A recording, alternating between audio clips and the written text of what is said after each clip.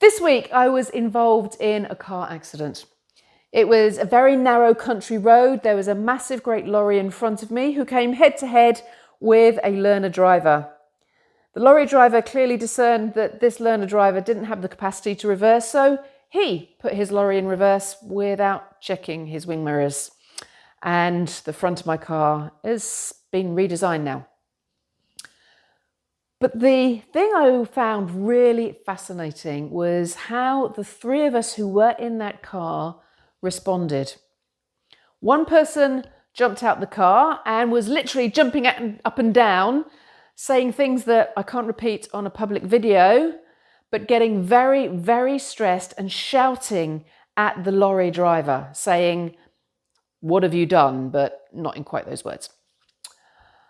Another person in the car called the lady we were going to see. It was actually my daughter's graduation, and said, "We may just be a little bit late," and then started going around the car, taking pictures, photographing the lorry too. The other person in the car looked at the car and started thinking, well, if we rip off all of these bits that are hanging off, I reckon the car's still drivable, we'll get to the graduation anyway. So exactly the same experience in a car, having our intention of getting to this amazing day where my daughter's graduating from her master's, being potentially ruined, but three different responses.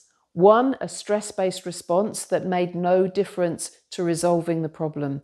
The second, what can I do immediately now to take back control? The third, I've got a goal, when am I going to get there?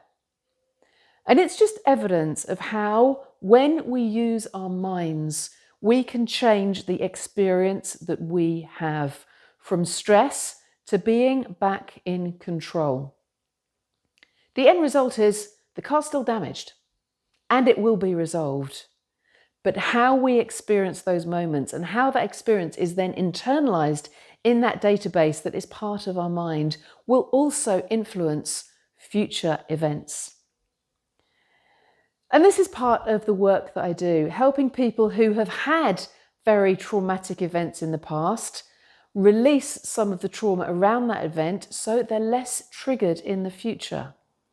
But also learning how to use the power of the mind so that when bad things happen, because they do, rather than having an irrational fear-based response, you can take control of that energy and go, okay, how can I make this better? Because whilst there's always bad things that will happen, there's always a better outcome as well. And when you have that sense of control, you tend to make good decisions, and that also will start to influence future decisions as well. So whether you've had a trauma and it's still affecting you, or whether you just want to learn how you can too harness that power of the mind, so when that ball comes in from left field and puts you on your bottom, you can learn how to get up and start running again quickly too. Give me a call, let's have a chat, and I'd love to share with you some of the things that I know really work. Bye for now.